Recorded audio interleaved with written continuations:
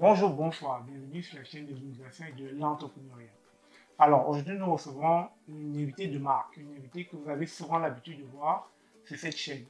Précédemment, à Paris, on a tourné avec elle sur un programme que vous connaissez très bien pour les Français et les Belges. C'est le PVT, Permis Vacances Travail. Aujourd'hui, elle a bien voulu se prêter au jeu de nous donner un peu son opinion concernant la différence qu'il existe entre la France, c'est-à-dire la vie en France, et puis la vie au Canada. Ça va faire plusieurs années qu'elle est au Canada et elle a pris le temps d'observer, d'analyser. Aujourd'hui, elle va vous partager un peu ses avantages et ses inconvénients entre les deux sociétés.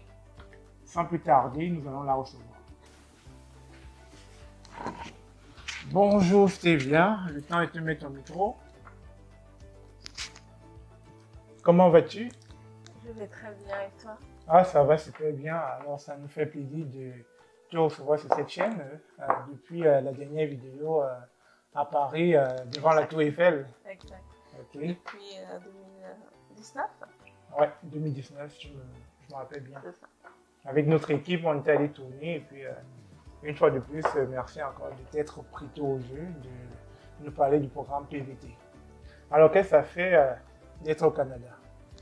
Ah, ça fait du bien. Ça fait du bien. Ok.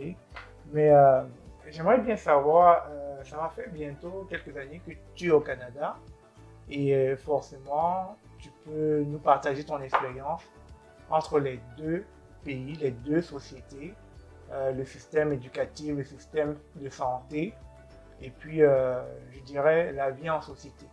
Ok. C'est un sujet quand même très intéressant. Je sais que beaucoup de personnes qui viennent de France pour le Canada cherchent toujours à savoir pourquoi aller au Canada, qu'est-ce qu'il y a de meilleur. Bon, déjà, si on arrive à quitter la France, c'est parce qu'on cherche à se donner plus de chances, plus d'opportunités. Et aussi parce qu'on trouve qu'il n'y a peut-être pas le boulot de son rêve en France, si je peux dire. Bon, pour commencer, il y a une grande différence entre le Canada et la France. Déjà, la superficie, bon, de un N'est pas pareil. n'est pas pareil, c'est sûr. Justement, dû à ça, il y a beaucoup plus d'opportunités, il y a beaucoup plus d'offres d'emploi. Et ce que j'ai beaucoup aimé, la première chose qui m'a frappée, c'est que on te donne ta chance de réussite. Dès que tu arrives sur le territoire, on ne te juge pas forcément à ta couleur de peau ou à le nombre de diplômes que tu as accumulés. Non. Tout ce qu'on cherche à savoir, est-ce que tu es capable de faire ça? Tout à fait. Mais déjà, avant d'entrer dans le vif du sujet, qu'est-ce qui t'a motivé à venir au Canada? Et pourtant, en France, je pense qu'il y a beaucoup de mes auditeurs là qui nous écoutent qui ont pour rêve d'être en France, mais toi, tu décides de quitter la France pour le Canada. Mais déjà, d'où est partie cette motivation de quitter un pays assez développé comme la France pour le Canada? Je pense que l'état de la France n'est plus comme avant. Je suis arrivée en France très très jeune, à l'âge de 11 ans. Donc j'ai pratiquement fait mon collège jusqu'à l'université là-bas. Déjà, bon, c'est pas moi qui ai choisi d'aller en France, c'est sûr, c'est ma mère. Mais j'ai choisi de quitter la France. Comme je dis toujours, la France pour moi était une immigration forcée, mais le Canada pour moi est une immigration choisie. Pourquoi j'ai décidé de quitter la France? C'est parce que je ne me sentais pas à ma place. J'avais l'impression que malgré les diplômes ou l'expérience ou l'intelligence que je pouvais avoir, on ne voulait pas que je puisse atteindre un certain niveau. Je me dis toujours que à chaque territoire, à chacun sa chance. Il y a des personnes qui arrivent, qui obtiennent le boulot de leurs rêves, j'en connais même qui réussissent très très bien. Mais je sais qu'il y en a encore beaucoup en France qui ne se trouvent pas à leur place, qui ont l'impression qu'on ne leur donne pas leur chance, on leur juge, on leur critique, etc. C'était vraiment pour ça. Bon, déjà, c'est ça, vraiment, je ne me sentais pas à ma place. Tout à fait. Donc, si je comprends bien, d'après vous dire, en France, vous étiez comme une étrangère. je me sentais étrangère malgré mes nombreuses années que Vous avez cumulé j'ai là-bas. cumulées. Ouais. Et en quelques années au Canada, vous vous sentez intégré, vous vous sentez bien. Je me sens bien. Ok. Alors, rapidement comme ça, j'aimerais savoir, je vais aller où ça fait mal, le plus mal, c'est la santé humaine. Et j'aimerais savoir quelle est la différence entre le système de santé français dont j'entends les éloges comme étant le meilleur système de santé au monde. Et toi qui étais en France et qui est maintenant au Canada, comment tu compares ces deux systèmes de santé? C'est clair que il y a beaucoup de différences, il y a beaucoup d'avantages et d'inconvénients. Chaque pays a ses forces, mais il y a certaines faiblesses ou certains systèmes à revoir. Le système de santé français n'est pas non plus la perfection des perfections, mais c'est clair qu'elle fait partie des meilleures. Moi, je dirais qu'elle fait partie des meilleures parce qu'il y a beaucoup d'étrangers qui la rendent meilleure. Le système de santé canadien est totalement différent.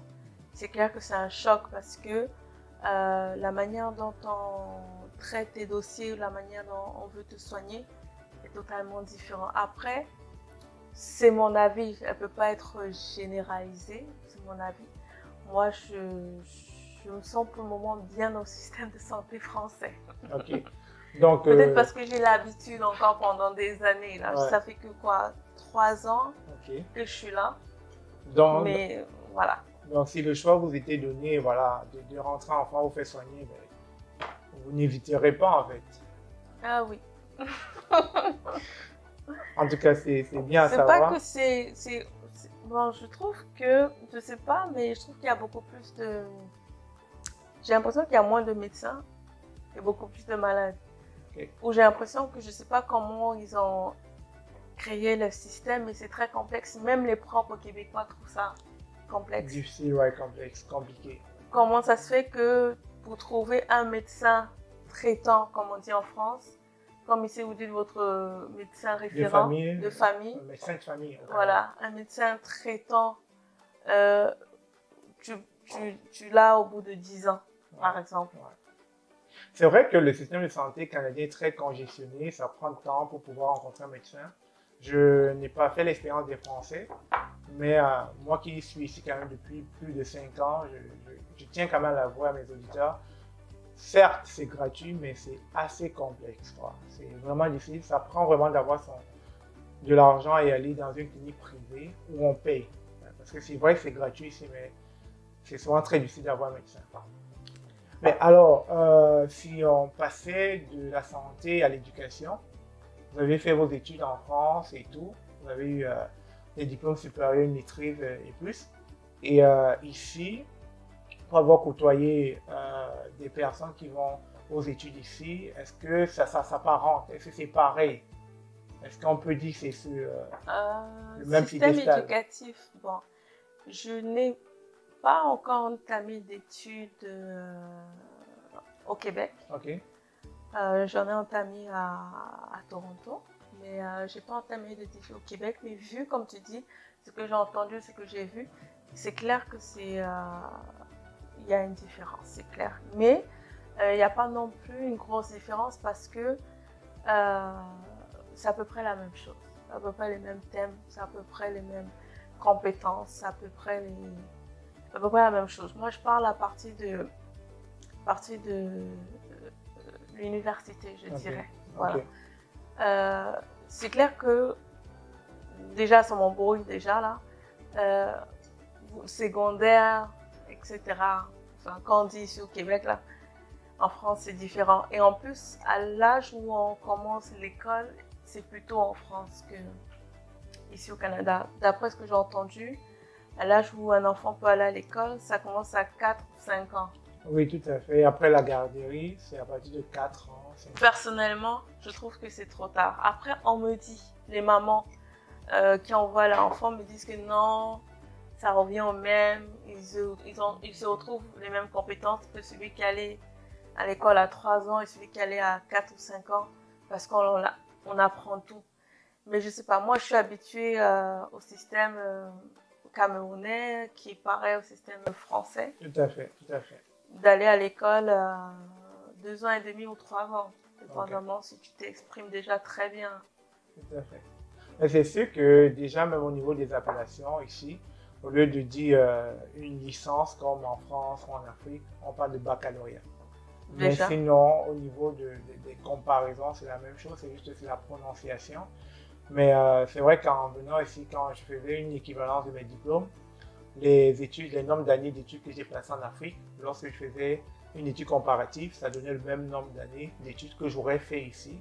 Comme tu as dit, le secondaire, ensuite un DEC de C qui est l'équivalent d'un bac en Afrique, diplôme d'études collégiales, etc.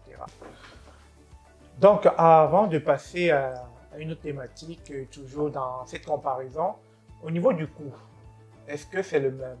Je pense que, comme tu Au l'as cours dit, des études, le coût des études.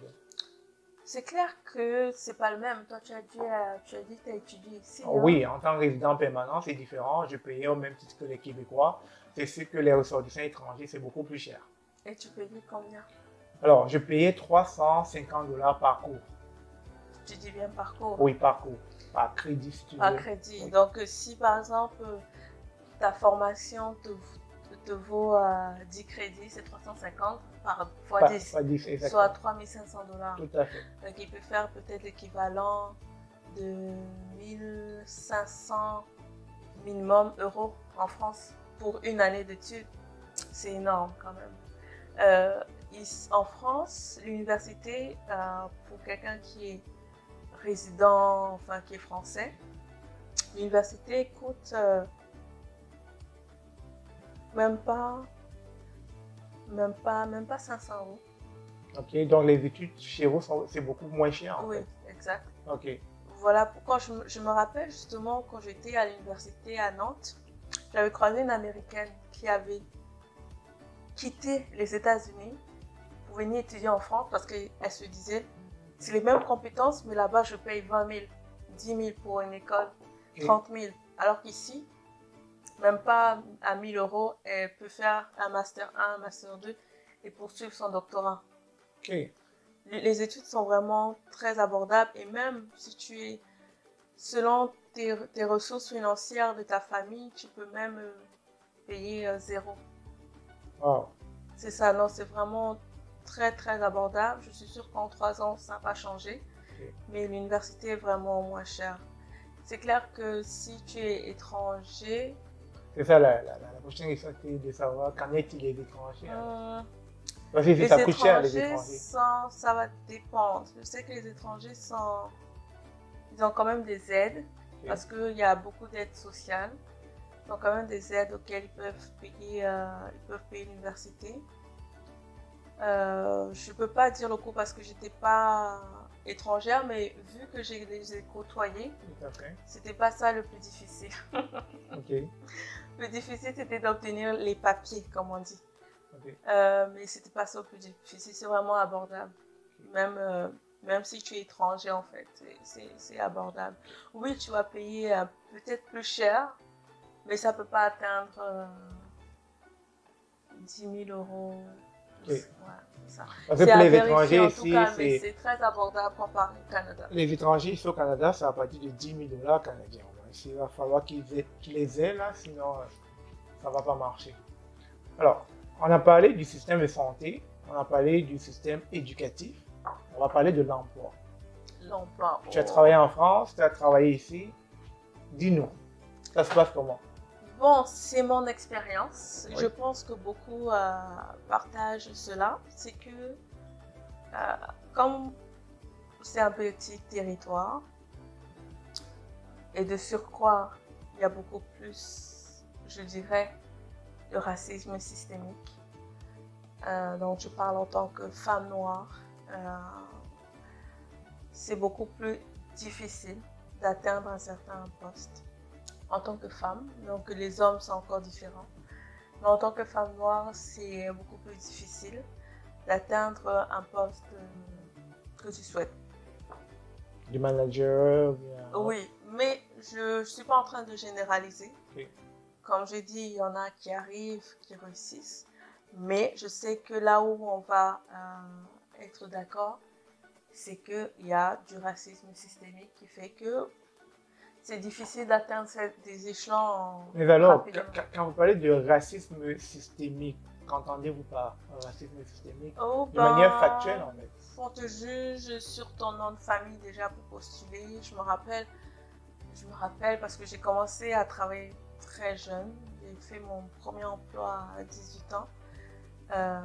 Enfin, 18 ans, mais j'avais commencé à chercher à 16 ans. Bref.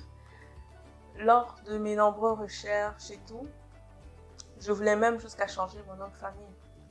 Mais ma mère m'a dit non, tu dois assumer ton nom. Parce que mon nom de famille, c'est un nom camerounais. Donc, du coup, c'est pas évident en fait.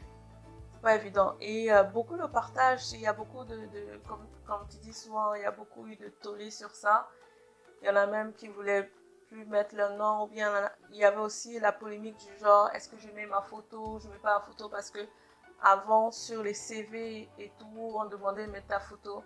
Mais on voyait que c'était beaucoup, si on voit que c'est la tête, entre guillemets, d'un arabe ou d'un noir, le CV se retrouvait à la poubelle. Mais après ça, comme je dis, je partage mon expérience, je n'ai pas pu trouver, je dirais, l'emploi où je pourrais m'épanouir, en fait. Okay. Et je pense que les Français, certains, je ne généralise pas, mais la plupart, c'est un racisme envers les Africains. Les Africains, ok. Alors, concernant toujours l'emploi, est-ce qu'il y a autre chose à rajouter? Bien sûr. Bon, l'organigramme, je dirais, de l'entreprise est différent. Je dirais, par exemple, j'étais vraiment choquée d'avoir un contact direct avec ma directrice. Enfin, autant quand j'ai commencé mon emploi ici à Québec, dans les finances et tout, ça m'a vraiment choquée. J'étais du genre, en même temps, tu as envie d'appeler, bon déjà, tu ne dois pas vous voyer. Tout à fait. En France, on vous voit beaucoup. Vous pouvez, oui monsieur, oui monsieur, d'accord monsieur, vous pouvez. Alors qu'ici, dès que tu vous vois, on te regarde d'un œil. On m'a regardé d'un œil. Je me rappelle quand j'ai commencé mon tout premier emploi à Québec, j'étais contente et du coup, j'ai voyé mon manager, il m'a dit ici, on ne vous voit pas. J'étais choquée, non mais il y a vraiment un choc. Je te jure, quand tu as tellement vécu dans un pays que tu arrives, il y a un choc. Et malgré tout, il y a des fois tu dérapes un peu, tu dis, vous, ils te regardent. Non, non, je parlais de vous deux. Je trouve des excuses. Mais c'est ça, déjà on ne vous voit pas et il y a un contact direct avec tes managers qui est très bien. C'est-à-dire qu'ils t'imposent le respect, mais de manière respectueuse. Ok. On ne te dit pas de te respecter parce que j'ai un poste qui va me permettre de te licencier si tu ne travailles pas bien ou bien si tu me manques de respect. Tu comprends ce que je veux dire? Tout à fait. Donc le respect s'installe de manière, pas sournoise parce que c'est négatif, mais de manière simple. Okay. Tu discutes, tu manges, tu vas au restaurant avec ton patron et tout. Vous discutez de tout et de rien, tu racontes ta vie, racontes la sienne. Alors, je n'ai jamais vécu ça en France. Vous allez me dire, mais peut-être ça arrive parce que peut-être tu as tellement sympathisé, oui, mais c'est pas commun. Alors si je comprends bien, en France, c'est très hiérarchisé, alors qu'ici, c'est très chaleureux.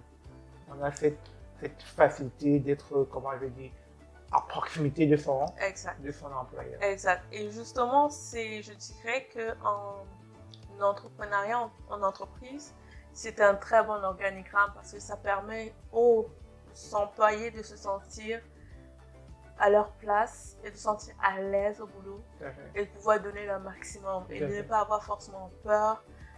Si le patron ou d'ici fait ça, vraiment, il n'y a pas de peur, tu fais ton boulot et le patron t'apprécie. Il y a vraiment ce contact-là Okay. Alors qu'en France, c'est du C'est genre... très distant, c'est très froid. Oui, c'est ça, tu me vous vois. Okay. C'est vraiment ça. Et je pense que c'est une des lacunes aussi Tout à fait. dans le système. Ça n'améliore pas la qualité du travail entre l'employé et l'employé. Exact. Or, on en a besoin parce que si tu veux que ton entreprise soit durable, il faut que tes employés s'impliquent, mais aussi avec leurs émotions, avec leur cœur. Alors que si les employés ne se sentent pas à leur place, tu auras beaucoup de turn-out, donc il y aura beaucoup de sorties. Okay.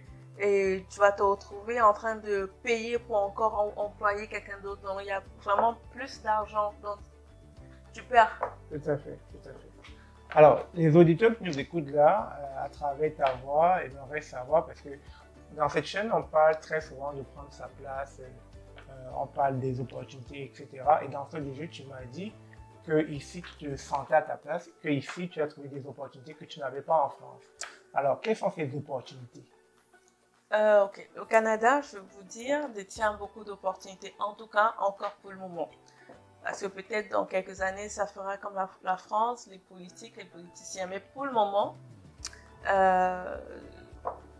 tous ceux qui viennent ont la possibilité d'atteindre ou de toucher le boulot de leur rêve. Certes, ne croyez pas que vous allez venir ici d'entrée de jeu, vous allez pouvoir forcément faire ce que vous aimez. Non, il y en a beaucoup qui passent par des petits boulots. Mais comme c'est la persévérance et ta volonté d'atteindre ton rêve qui fait que tu ne restes pas sur ce boulot-là pendant des années, des années. Okay. Mais tout ce que le Canadien veut quand tu arrives, c'est déjà savoir que tu as une première expérience. Peu importe si ta première expérience c'est éboueur, peu importe si ta première expérience c'est le service à la clientèle, peu importe. Contrairement à la France, justement, c'est que la France veut que le domaine dans lequel tu as touché en premier lieu, c'est ça que tu persévères. Et s'ils ont du mal vraiment à ce qu'on appelle qu'on appelle ça. Je vais utiliser le mot reconduite, c'est-à-dire que tu changes. Reconvertir. Reconversion, voilà. Ça arrive, mais ça va arriver peut-être à un certain âge. Peut-être en ce moment, c'est en train de changer. Peut-être depuis 3 ans, il y a beaucoup de choses qui se passent, je ne sais pas. Mais je sais que c'est moins commun comparé ici. Ici, on n'en a rien à faire de ton background, que tu as été éboueur pendant 10 ans, mais que bon, tu décides aujourd'hui, tu veux être manager, tu peux l'être. Tu peux l'être. Donc, les opportunités, il y en a. Moi, j'ai eu l'opportunité de travailler justement dans le domaine de la finance, dans une institution financière internationale. Donc, ce qui fait que j'étais très proche des planificateurs financiers. Comme on dit au Canada, en France, on dirait quoi encore? J'ai encore oublié les termes français de France. Mais, bref, c'est ceux fiscaliste, comptable, non? Non, planificateur financier, ils vont comprendre. Okay. Mais il y a un terme qu'on dit en France peut-être, c'est les conseillers financiers. Voilà. Conseillers financiers. C'est ça le mot, c'est ça. Okay. J'ai été proche des conseillers financiers. Donc, ce qui fait que, comme il y a une proximité avec ces personnes-là, ils détiennent des portefeuilles de connaissances infinies.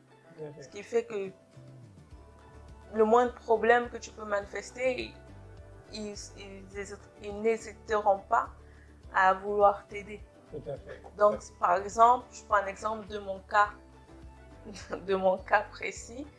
Lorsque j'ai perdu mon emploi dû à la COVID. À la COVID. Tout à fait. Non, pas à la COVID, à mon permis de travail. Okay. Pas à la COVID, à mon permis de travail qui s'est expiré en plein COVID. Grâce justement aux relations que j'ai acquises dans cet emploi-là, j'ai pu me retrouver un emploi en quelques mois. Okay. Donc c'est ça l'avantage qu'il y a ici en Amérique du Nord, au Canada où nous sommes, ce sont les relations. Comparé en France, c'est moins de réseautage. Or, la force ici, en France, c'est le réseautage. Et c'est cette force-là qui te permet de te propulser. Donc, un conseil que je peux vous donner, vous qui nous écoutez, qui venez de France ou d'ailleurs, c'est qu'il faut maintenir de très bonnes relations ici. C'est pas le genre que, bof, tu balances tout, tu t'en vas, tu fais ce que tu veux. Non, ici, on fait pas ce qu'on veut, on doit toujours laisser une très bonne trace à chaque emploi où tu vas. Tout à fait. Et la preuve que je vais ranger dans ce qu'elle dit, pour avoir passé du temps ici. Il n'y a pas de saut de métier au Canada, que tu aies fait restauration, que tu aies été dans l'entrepôt ou que tu aies été manœuvre. Tout type de boulot que tu as eu à faire, on va appeler tes employeurs et on va vérifier que tu avais une très belle attitude. Et s'ils savaient que ton attitude n'était pas exemplaire, il est probable que le prochain employeur ne te fera pas confiance. Donc, effectivement, il va falloir garder des très bonnes relations avec ses employeurs. Exactement. Je vais renchérir en donnant un exemple de mon cas. Pour mon travail actuel, mes employeurs ont appelé mes managers pour demander comment j'étais au boulot, est-ce que j'étais ponctuelle, ma relation avec les autres, comment je me sentais, comment je parlais, comment ma communication avec les autres. L'avantage, comme j'ai dit, c'est que j'ai gardé de très bonnes relations, ce qui fait que ça m'a propulsé à mon nouveau emploi. C'est vraiment ça, c'est ça. Il ne faut pas négliger votre emploi. Vos relations. Okay. Même votre emploi, il ne faut pas négliger parce que quand j'ai commencé, j'étais au service à la clientèle. Ce service à la clientèle, je suis allée dans le domaine de la finance. C'est ça. En fait, mes managers, comme je les ai dit, au service à la clientèle, que je comptais partir, ils ne voulaient pas que je parte, mais parce que je travaillais bien, mais ils ont maintenu, je veux dire, ils ont dit des bonnes choses à mon employeur. Ah ouais, c'est ça. Donc, c'est ça. En fait, les relations sont super importantes. Alors, n'oublions pas que le Canada est bilingue. Il y a la partie francophone et la partie anglophone. Et tantôt, tu as parlé de Toronto. Pour quelqu'un qui vient de France, qui n'a pas son cas à parler que le français, se retrouver à Toronto n'était-il pas un désavantage pour toi? Non, il y a beaucoup de Français à Toronto, vraiment. Beaucoup. Parce que justement, ils viennent pour apprendre la langue, pour améliorer leur anglais, il y en a beaucoup. Au niveau de l'emploi? Non, il y en a aussi. En fait, c'est aussi pareil que le Canada, c'est qu'ils ont besoin que tu aies une première expérience. Et la plupart du temps, ça passe toujours par le service à la clientèle. Tout à fait. Mais la question, la suivante, avec ton bagage francophone à Toronto, où tu vas travailler en anglais, c'était pas une difficulté? Ben, faut savoir que je suis d'origine camerounaise. Et le Cameroun est bilingue. Et de surcroît, je suis bilingue. Donc, je suis bilingue. Donc, l'anglais n'était pas un problème pour moi. N'est pas un problème pour moi. Mais c'est clair que pour les francophones purs, si je peux dire, qui n'ont pas de base en anglais, parce que j'en ai côtoyé, ben, ils apprennent dans le tas, ils se débrouillent, ou bien ils prennent des cours d'anglais pour s'améliorer, parce qu'on propose, il y a des organismes qui proposent des cours d'anglais à Toronto aux étrangers, aux Français ou bien aux étrangers qui arrivent de gratuit ou pas, vraiment abordable aussi. Voilà, c'est ça. C'est pas vraiment un frein. Ok. En tout cas, c'était une belle immersion pour toi. Tu as côtoyé l'accent de ce côté, de cette partie anglophone. Mais alors, pourquoi avoir quitté Toronto pour revenir à Québec? À Québec. Bon, au départ, je me suis dit, bon, comme j'ai vécu assez de temps dans un pays francophone, la France, je voulais un peu changer. Je voulais un peu découvrir c'est quoi Toronto. En plus, c'est une ville, le downtown de Toronto, le centre-ville de Toronto est connu pour sa réputation dans les finances, etc. Donc, pour moi, ça m'attirait beaucoup. Je voyais ça comme le rêve canadien. What the dream, Canadian dream. Je voyais ça comme le rêve canadien et tout, mais j'ai eu beaucoup du mal à trouver l'emploi que je voulais. Ça m'a pris du temps et j'avais pas de temps à attendre. J'avais pas de temps à attendre. Il y en a qui sont restés aussi, mais moi, j'avais pas de temps et je voulais. Et je me suis dit, bon, la langue française est ta langue de confort. Pourquoi pas alors chercher au Québec. Et c'est quand j'ai commencé à chercher, j'ai trouvé direct. Super. Oui, parce que la plupart de ceux des abonnés qui regardent la chaîne tout le temps, me pose une multitude de questions à savoir quelle est la province, je dirais, la mieux nantie où ils pourraient immigrer. Certains parlent français uniquement, ils veulent aller ailleurs, d'autres parlent les deux langues, anglais et français. Je me pose la question de savoir est-ce que c'est mieux Alberta, Vancouver, Toronto, etc. Mais de ton expérience, est-ce que tu pourrais leur donner ton ressenti? Est-ce que c'est mieux quelque part ou bien c'est mieux d'explorer comme tu as exploré un peu le Canada en allant un peu à Montréal, en allant à Toronto, en allant à Québec, etc. Ben, en fait, je donnerais un conseil qu'on m'a donné quand je suis arrivée, c'est de ne pas se fermer. Parce qu'au départ, je voulais me fermer, j'étais là, Toronto, Toronto, Toronto. Mais on m'a dit non, ne te ferme pas, postule ailleurs, postule partout. Tu ne sais jamais où la graine va semer. Ouais. Et aussi, il faut pas se limiter, il faut se donner plus d'opportunités parce qu'il y en a tellement en France, au Canada. Depuis en France, là, hein? Lapsus non révélateur. On pourrait dire que la France te manque, là. Lapsus non révélateur. Mais pour revenir au sujet, je dirais de ne pas se fermer. Ok, De ne pas se bloquer et de se donner plus d'opportunités. super. Donc, il faut semer ailleurs. Et c'est dans la province où on va se sentir bien à l'aise, où l'on va éclore, je dirais. Tout à fait. Mais une question comme ça, ça me taraude l'esprit depuis.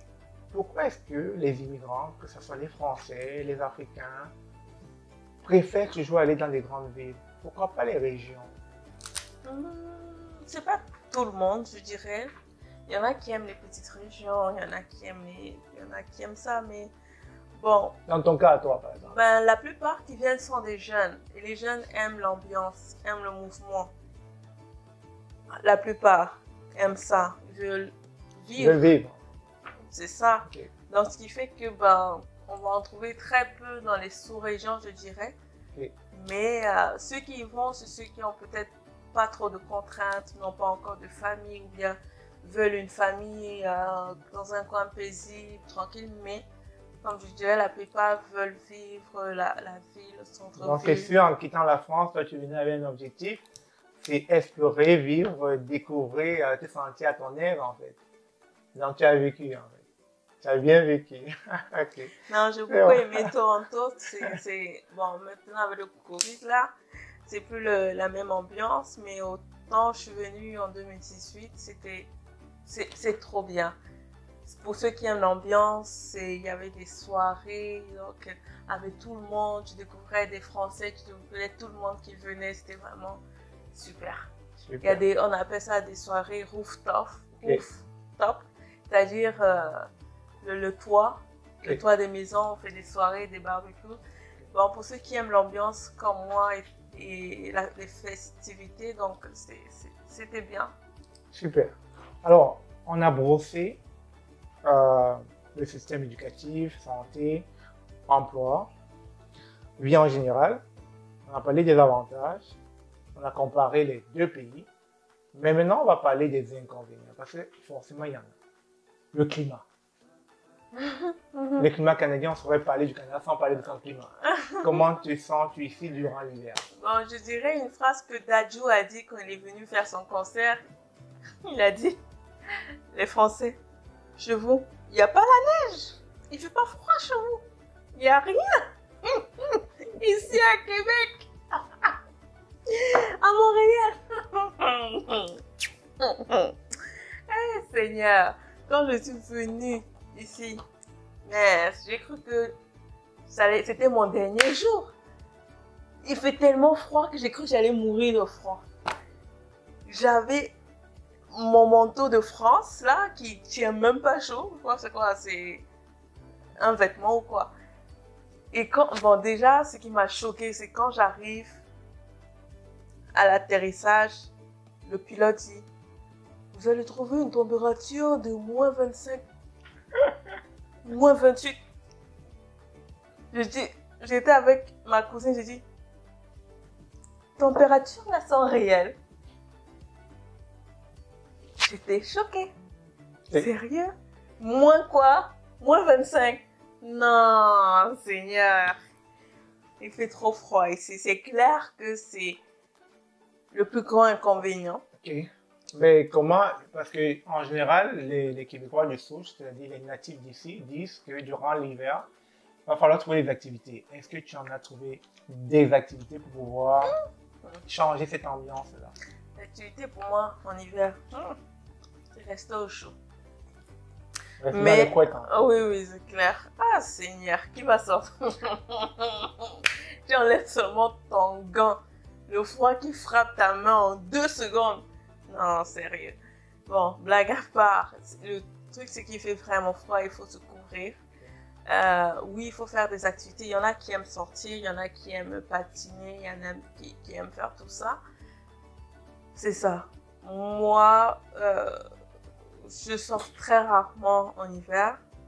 C'est sûr, parce que je suis une personne qui aime plus l'été. Mais il y en a qui s'acclimatent à cela. Ok. Mais c'est ça, oui. Je irais avec le même conseil qu'on donne, c'est-à-dire trouver les activités, parce qu'il y en a, les Tout à activités. fait. On peut skier, Ouais, exact. etc. Ouais, il y en a plein. Ouais. Si quand tu es bien couvert, tu peux. Tout à fait. Alors, après le climat, il y a la langue.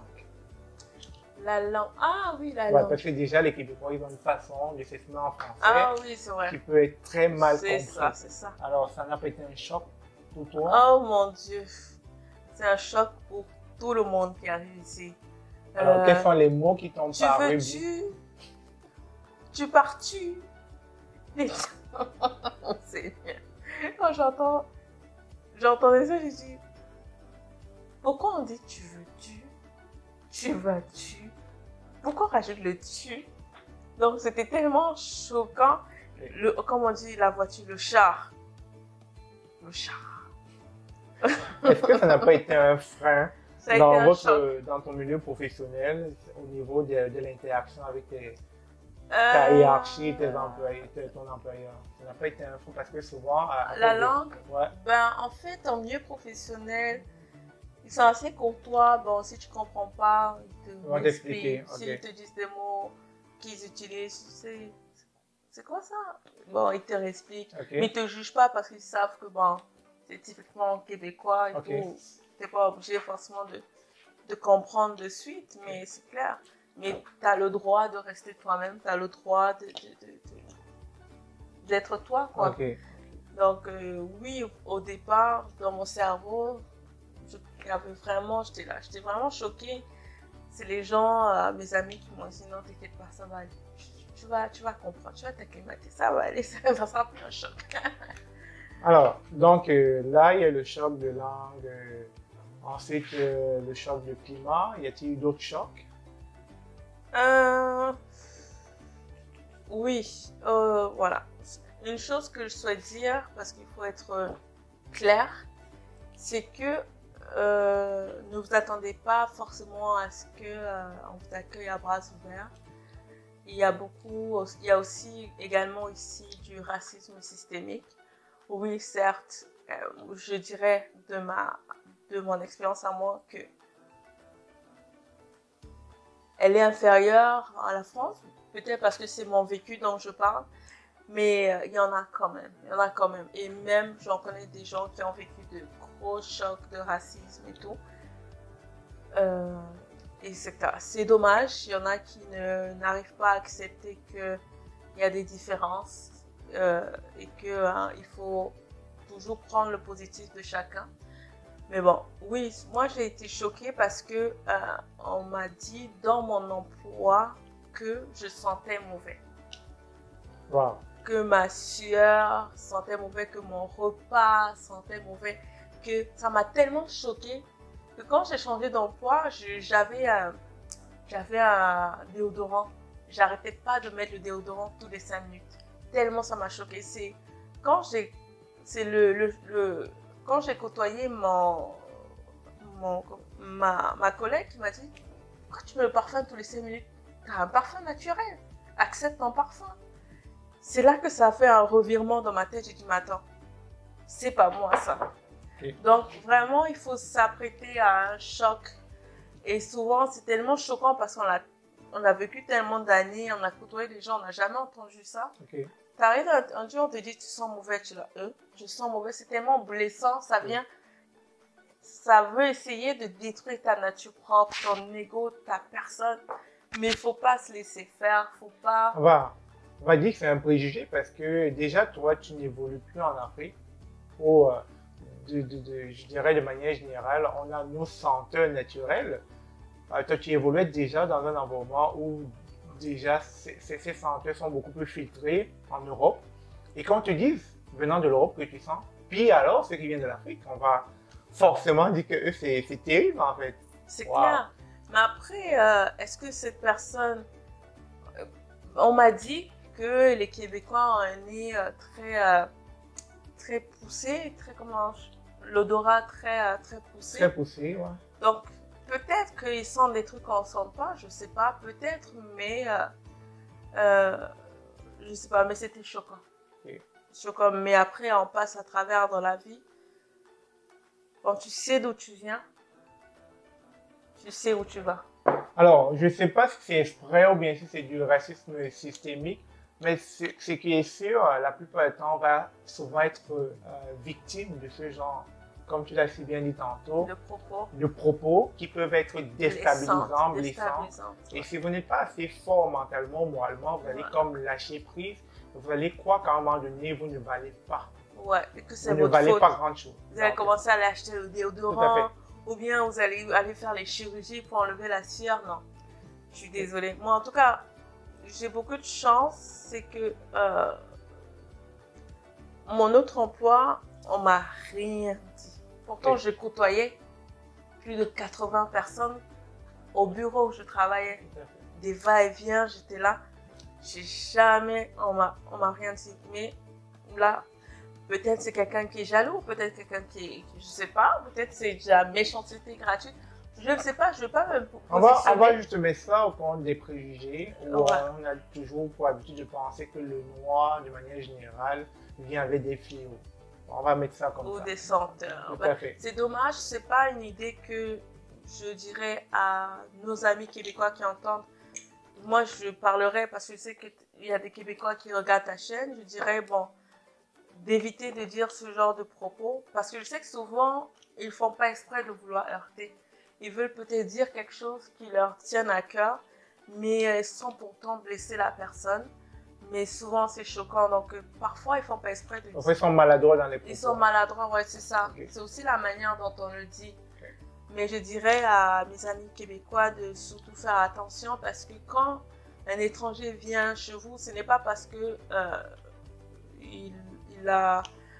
c'est pas tous les étrangers qui manquaient où aller en fait. C'est ça. C'est pas parce qu'on aime tellement votre territoire, mais c'est parce que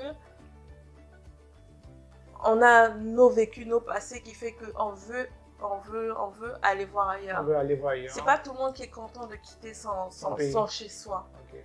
Donc, vous avez l'habitude de rester ici pendant des années. Peut-être vous ne sortez pas, mais il y en a qui traversent des frontières pour arriver là. Donc, recevoir une phrase choquante comme ça à la figure, c'est comme si il n'était pas un être humain. En fait. Si le monde s'abattait, en fait. C'est vraiment choquant. Mais je sais que mes amis québécois, souvent, la majeure partie ne font pas exprès. Il y en a qui aiment, qui sont vraiment ouverts, qui veulent apprendre d'autres cultures et tout. Donc, c'est pour ça que j'aime le Québec. En fait. Alors, on va revenir sur une note positive. On va un peu laisser l'aspect négatif de cette conversation qui ne va pas dans le sens forcément d'égayer les gens qui nous suivent. Mais néanmoins, revenons sur des notes positives. En termes de religion, est-ce que tu côtoies Dieu ici? Si oui, je côtoie Dieu. Quelle est la différence de Dieu en France et Dieu au Canada? Il y a différents dieux. Je sais pas. Hein? Oh, Seigneur. Ben, en termes de religion, bon, ça c'est moi personnellement. Je suis plus en train de me diriger vers les croyances de ma culture africaine, oui, de mes ancêtres. Je suis en train d'aller vers cette direction-là. Oui, on a longtemps baigné dans la religion chrétienne qui dit d'aller à l'église combien de fois par jour, ou musulmane parce que j'ai baigné dans les deux qui dit de faire le... Bref. Bon, moi j'ai compris que Dieu, il est partout. Il est dans ton cœur. Dieu, c'est ta conscience. Dieu, c'est toi-même aussi. C'est ça, parce que si tu vis, donc ça veut dire que tu as la vie en toi. Donc après, chacun ses croyances est différente. Moi, je me suis dit le plus important, quel est l'impact que tu as aux autres, peu importe qui tu crois. Tu peux avoir la foi en Bouddha, en Mahomet ou peu importe, mais quel est l'impact que tu as sur ton prochain? Comment tu impactes les autres? Ce n'est pas ta croyance qui compte, mais c'est le témoignage que tu laisses quand tu quittes un endroit. Cette réputation-là, qu'est-ce qu'on dit de toi? Qu'est-ce qu'on parle de toi? Pour moi, c'est ça le plus important. Alors, nous sommes arrivés presque à la fin de cette émission et j'aimerais bien finir avec un quiz. Et puis, au thème de ce quiz, on saura si c'est la France ou si c'est le Canada qui gagne.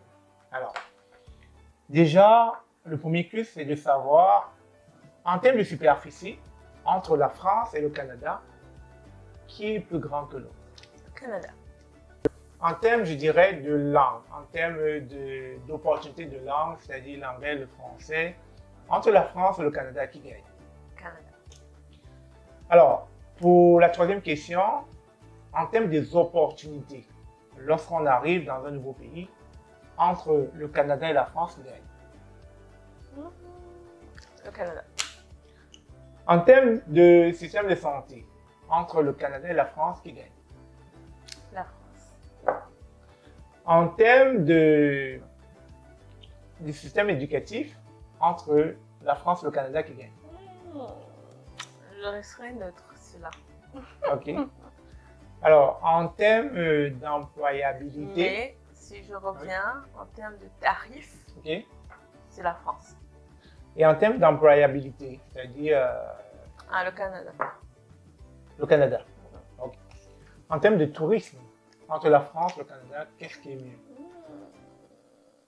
J'ai pas encore voyagé partout, mais comme le Canada est tellement grand et vaste, mais la France aussi a de très belles villes, Nice, Cannes, Lille, Nantes, Lyon, déjà ça me manque, mais j'ai pas encore fait tous les horizons, mais je vais être balancée sur ça. Ceux qui ont plus voyagé que moi le diront. C'est balancé. En plus, quand tu aimes le voyage, je sais pas si tu choisis forcément un endroit particulier, puisque tu trouves tout beau à peu près, mais moi, je vais rester balancée parce que je sais pas. En termes de politique, entre la France et le Canada, Ah, politique, tous ce sont les mêmes, il n'y a rien qui gagne. Ce sont les mêmes. Par contre, Justin Trudeau est très beau. C'est tout ce qui me plaît. Justin Trudeau est magnifique. Juste pour sa beauté, je vais le voter. Ok. Alors, sur ce, nous venons de finir donc, ce quiz. Et il en sort que le Canada est le pays de destination, le nouvel Eldorado. La preuve, elle est ici, elle est au Canada. C'est la preuve que c'est le pays de l'avenir. Alors, pour tous ceux qui continuent à écouter Immigration et Entrepreneuriat, le but justement de nos vidéos vont dans le sens de vous motiver à travers nos informations, à travers des expériences telles que celle de Mademoiselle Stevia, afin justement de permettre à de nombreuses personnes d'avoir une idée, de préparer le projet d'avance et surtout de savoir faire le bon choix. Et ce bon choix, ça peut être l'Angleterre, ça peut être la France, ça peut être même les pays en Afrique dans lesquels vous vous sentez mieux. Ça peut aussi être le Canada, mais la finalité, c'est que c'est à vous de, comment je vais dire, de prendre sur vous, de bien analyser votre projet d'immigration et de choisir votre destination. Alors, sur ce, j'espère que vous avez aimé cette entrevue avec Stevia et l'échange qu'elle nous a donné au travers de ses expériences dans les deux pays, la France et le Canada. Et je ne sais pas s'il y a un mot de fin pour vous. Oui, j'ai un mot de fin, c'est que il y a, il y a pas forcément, je dirais, techniquement de pays d'Eldorado. Désolée de te contredire, mais ce que je veux dire, c'est là où vous vous sentez bien, que là où vous avez la possibilité de réussir. Moi, je ne me sentais pas bien en France. Je n'arrivais pas à... On n'allait pas, la culture française ou les politiques françaises, ou peu importe, n'était pas en phase avec mon moi intérieur, c'est-à-dire ma personnalité. Je me suis retrouvée au Canada, je me suis découverte au Canada, je me suis accomplie au Canada et je m'accomplis chaque jour au Canada. Pourquoi? Peut-être parce qu'il y a une chaleur humaine qui me plaît, peut-être parce que je suis très ouverte, peut-être parce qu'il y a beaucoup de paramètres qui font ça. Toute décision d'immigration doit se préparer à l'avance et il faut savoir que ce n'est pas parce que un pays est un échec pour vous que c'est votre faute ou bien il y a un problème. Non, cherchez le pays auquel vous allez bien vous sentir. Vous allez mettre à l'aise votre famille et les enfants à venir. Donc, c'est à vous de décider où est-ce que je vais bien me sentir. Et ici, c'était vraiment pour vous présenter les avantages qu'il y a entre deux pays très développés. Oui, en tant que noir, en tant que personne, ce n'est toujours pas, comme on va dire, notre pays qui est l'Afrique. Cependant, sachant où nous allons, tout en connaissant d'où nous venons. C'est très important. Parce qu'on peut être dans un pays, avoir autant d'opportunités, mais on peut se perdre au cours de route. Et c'est ça qu'il faut retenir, ne pas se perdre. Où est-ce que vous voulez aller? Où est-ce que vous voulez atterrir plutôt? Et c'est ça le plus important pour moi. Alors, sur ces mots de fin de Mademoiselle Stéphie, on va mettre dans la clé sous le paillasson. Merci encore d'avoir suivi cette vidéo. N'oubliez pas de vous abonner, de liker, de commenter, de partager. Ça nous fera plaisir. Je suis sûr, on se dit à très bientôt. Au revoir.